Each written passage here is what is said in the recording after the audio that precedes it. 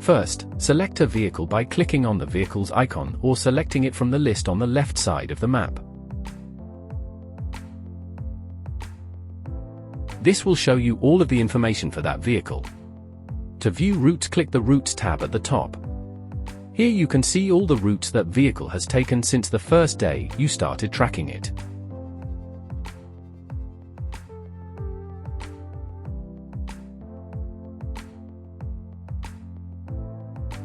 At the top, you will see filters for time and date as well as the option to print the route data.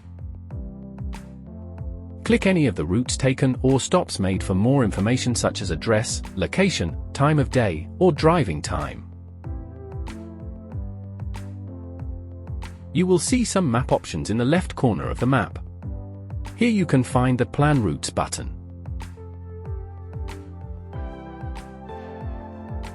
This allows you to plan routes ahead of time.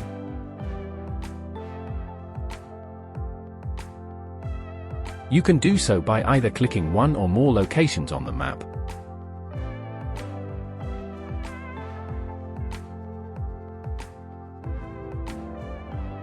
or by typing in your destination.